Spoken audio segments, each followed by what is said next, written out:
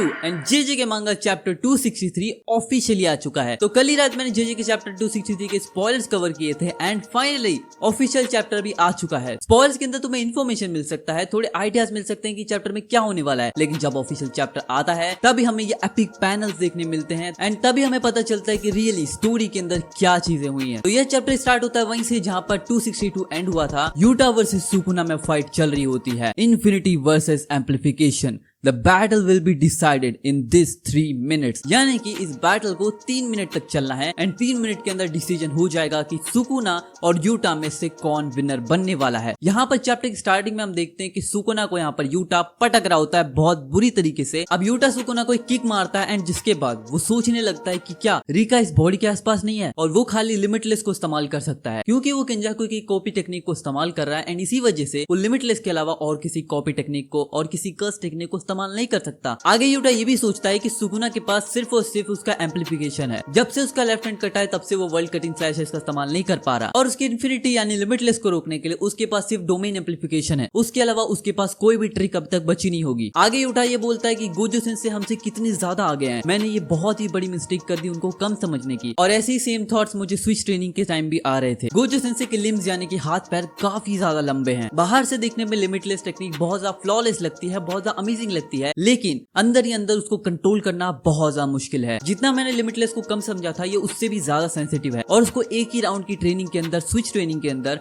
Master करना बहुत ज्यादा मुश्किल है। अब यूटा को फाइनली ये समझ में आ चुका है कि 6 आइज का कितना ज्यादा इंपॉर्टेंस है लिमिटलेस को कंट्रोल करने के लिए। आगे यूटा को गोजो की एक लाइन याद आती है, यानी कि वो हमेशा ही बोलता है it will be fine, I am the strongest. जब यूजी ने बोला था कि क्या आप सुकुना से हार जाओगे, तब गोजो बोलता है हो ही नहीं सकता, यहाँ सबसे ताकतवर मैं ही हूँ। अब आगे यूटा ये सोच रहा होता है कि गोजो सेंसे को ये बोलने के लिए कितना ज्यादा कॉन्फिडेंट होगा, वो आखिर कितने ज्यादा पावरफुल होंगे इतनी सारी पावर्स को अपने अंदर कंट्रोल करने के लिए। अब यूटा जब सपने देख रहा होता है सुकुना बोलता है लगता है ये अपनी कर्स टेक्निक को अच्छे से कंट्रोल नहीं कर पा रहा एंड जिसके बाद सुकुना यूटा को पंच मारता है ये बोलते हुए क्या तुम्हें लगता है ये टाइम डे ड्रीम करने का है। आगे सुकुना बोलता है कि ओकुत्सु यूटा के पास जो टेक्निक है वो कॉपी की है जो कि मुझे केंजाकु ने बताया था। अगर उसे अपने कॉपी कर्स टेक्निक का इस्तेमाल करना है तो उसे टारगेट की बॉडी का पार्ट या फिर उसकी बॉडी इसको फीड करनी पड़ेगी रिका को। आगे सुकुना बोलता है कि बॉडी स्वैप करने के बाद इसके पास लिमिटलेस के अलावा कोई भी और टेक्निक नहीं है, ये किसी और टेक्निक का इस्तेमाल कर भी सकता है अपनी कॉपी टेक्निक का, और अगर ये अपने किसी और कर्स टेक्निक का इस्तेमाल करता भी है, लेकिन मुझे ये बहुत अच्छी अंडरस्टैंडिंग है कि केंजाकु की कर्स टेक्निक के साइड इफेक्ट उसके ऊपर बहुत अच्छे से होने वाले हैं और साथ में लिमिटलेस के अलावा इसके पास कोई भी कर्स टेक्निक नहीं है अपने डोमेन के अंदर, और अपने डोमेन के अंदर ये किसी भी और कर्स टेक्निक को साइमल्टेनियसली इस्तेमाल नहीं कर सकता क्योंकि वो केंजाकु की कर्स टेक्निक को पहले से इस्तेमाल कर रहा है। आगे सुकुना ये बोलता है कि केंजाकु की टेक्निक आखिर कितने टाइम तक लास्ट करती है और जब ये खत्म हो जाएगी तब इसके पास क्या चॉइस होगी, और क्या यूटा यहाँ पे बिना किसी प्लान के आया है। क्या उसे पता है कि अगर केंजाकु की टेक्निक खत्म हो जाएगी तो यहाँ पर मरने के अलावा और कोई चारा नहीं होगा। तो इन सभी सर्कमस्टेंसेस के अंदर वो एक ही मूव का इस्तेमाल करेगा। आगे हमें यूटा का एक फ्लैशबैक देखने मिलता है जहाँ पर गोजो उसको टीज कर रहा होता है ये कहते हुए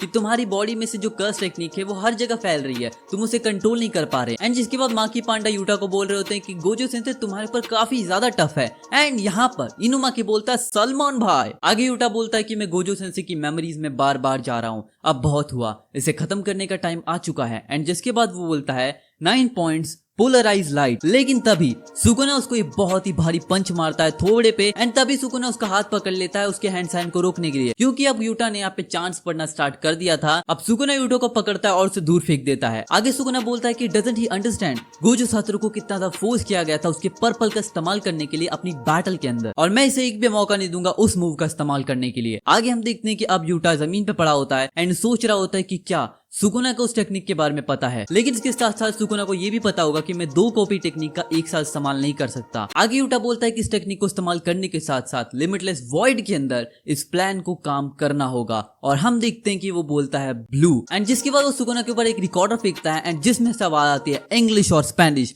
anyone will move in this area will be okay.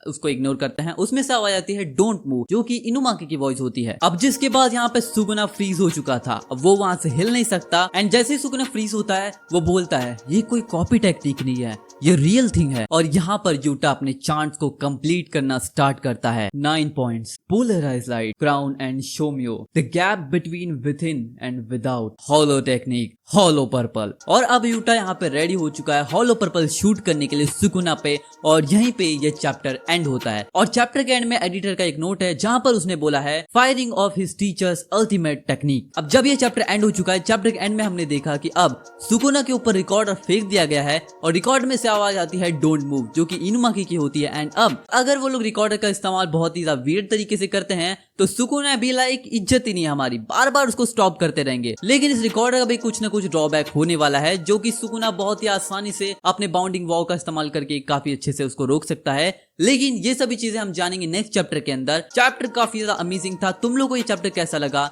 Hollow purple अब रेडी हो चुका है, और क्या इस हॉलो पर्पल से सुकुना का दी एंड हो जाएगा? यह बहुत ही ज्यादा सोचने वाली बात है। मुझे नहीं लगता कि सुकुना एक हॉलो पर्पल में डिस्ट्रॉय हो जाएगा, लेकिन फिर भी कहानी में अभी बहुत ज्यादा ट्विस्ट आने बाकी हैं। तो ये चैप्टर यहीं पे खत्म होता है। आई होप कि तुम लोगों को पसंद आया होगा। हम मिलेंगे नेक्स्ट चैप्टर के अंदर विद हॉलो पर्पल। तब तक के लिए सायोनारा।